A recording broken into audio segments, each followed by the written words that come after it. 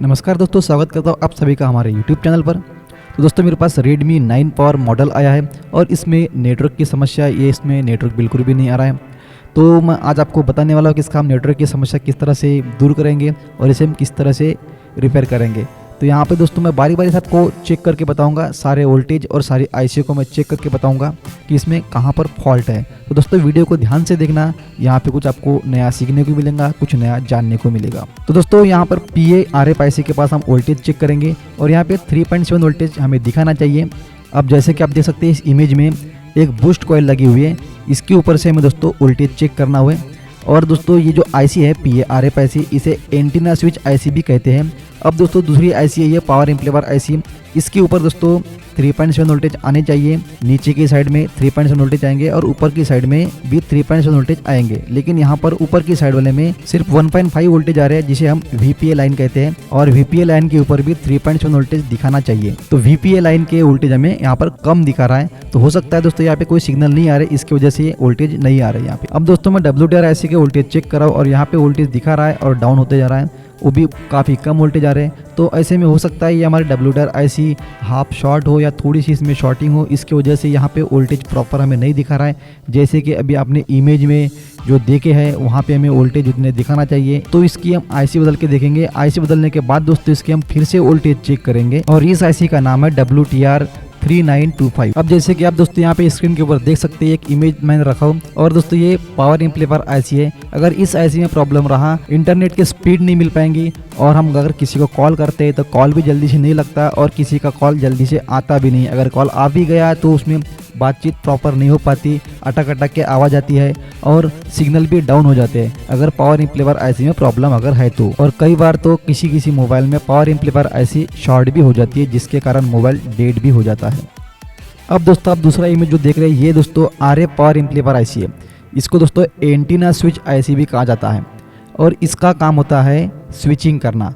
जैसे कि मोबाइल में जो बैंड होते हैं 3G 4G 2G के जो बैंड होते हैं, इनका स्विचिंग करना। और ऐसा नहीं है कि सिर्फ मोबाइल में 3 ही बैंड होते हैं, इसमें 4G के भी कई सारे बैंड होते हैं, 3G के भी कई सारे बैंड होते हैं और 2G के भी कई सारे बैंड होते हैं। तो मोबाइल में जो सिम रहेंगी उस हिसाब से ये नेटवर्क को स्विच करता है और उसमें मोबाइल में सिग्नल लाने का काम करता है। अब कई बार ऐसा होता है कि 4G का नेटवर्क नहीं आता और 3G का आता है, 2G का आता है। अगर वोडाफोन की सिम हम लगाते हैं तो ऐसे में 3G का टावर पकड़ेगा, 2G का पकड़ेगा, लेकिन 4G का नहीं पकड़ता है। तो ऐसे में इस एंटीना स्विच आईसी का प्रॉब्लम होता है। या फिर कई बार ऐसा होता है कि वोडाफोन का 4G का नेटवर्क आएगा मगर जियो का 4G का नेटवर्क नहीं आता। तो ऐसे कंडीशन में भी हम इस आईसी को बदल कर देख सकते हैं। इस आईसी में 100% प्रॉब्लम रहता है।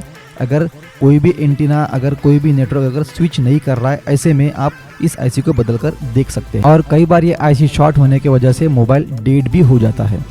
और सभी कंपनियों की सिम कार्ड अलग अलग बैंड के ऊपर काम करते हैं।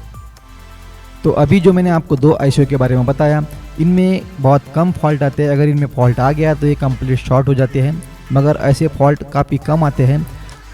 क्वालकॉम CPU के साथ WTR आईसी लगी रहती है, वैसे ही दूसरे CPU के साथ दूसरी आईसी लगी रहती है, मगर फार्मूला सभी में एक जैसा होता है। नेटवर्क का जो फार्मूला होता है वो सभी एक जैसा होता है, भले CPU अलग अलग कंपनी का क्यों ना हो।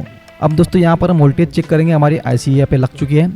अब यहाँ पर दोस्तों एक वोल्टेज हमें दिखा रहा है, जबकि पहले हम जब चेक किए तो यहाँ पर नहीं दिखा रहा था और यहाँ पर भी हमें 1.8 वोल्टेज दिखा रहा है। इसका मतलब दोस्तों यहाँ पे हमारा काम सक्सेस हो चुका है। उसके बाद दोस्तों यहाँ पर हमें RF आईसी के पास वोल्टेज चेक करेंगे, उसके बाद पावर एम्पलीफायर के पास। और दोस्तों आईसी बदलने के पहले हमें VPA लाइन के ऊपर 1.5 वोल्टेज दिखा रहा था और अब यहाँ पे 3.3 वोल्टेज दिखा रहा है। अब यहाँ पर पावर एम्पलीफायर आईसी का भी काम शुरू हो गया है, ये काम करना शुरू कर दिया इसने। अब यहाँ पे दोस्तों हमने सिम कार्ड लगाया, इसका सिम कार्ड निकालते हैं और इसका बैक पैनल लगाएंगे और इसके नेटवर्क को चेक करेंगे। बिना बैक पैनल लगाए नेटवर्क नहीं आएगा। और दोस्तों कई बार नेटवर्क की जो एंटीना वाली लाइन होती है, एंटीना वाला जो ट्रैक होता है, उसको भी चेक कर देना चाहिए। कहीं से अगर कोई भी पार्ट अगर टूटा हुआ रहा एंटीना लाइन के, तो ऐसे में भी सिग्नल नहीं आएंगे। और यहाँ पर दोस्तों देख सकते हैं नेटवर्क यहाँ पर आ चुका है, एकदम फुल नेटवर्क आ चुका है, वोल्ट भी आ चुका है। मैंने यहाँ पे जियो का नेट सिम कार्ड लगाया हुआ है। और दोस्तों मैंने आपको जिन आईसी के बारे में जानकारी दी है, उन आईसी के बारे में और भी अधिक जानकारी चाहते हैं तो आपको डिस्क्रिप्शन में उनका लिंक मिलेगा, वहाँ से आप PDF डाउनलोड करके और अधिक जानकारी हासिल कर सकते हैं। और दोस्तों Redmi 9 पावर का आपको सर्किट डायग्राम का भी लिंक वहां पर मिल जाएगा, वहां से आप सर्किट डायग्राम डाउनलोड करके अपने पास रख सकते हैं। जानकारी आपको अच्छी लगी हो तो वीडियो को लाइक कर देना और चैनल पर नए हो तो प्लीज़ सब्सक्राइब कर देना। तो मिलते हैं दोस्तों ऐसे किसी नए वीडियो के साथ, तब तक के जय हिंद जय भारत।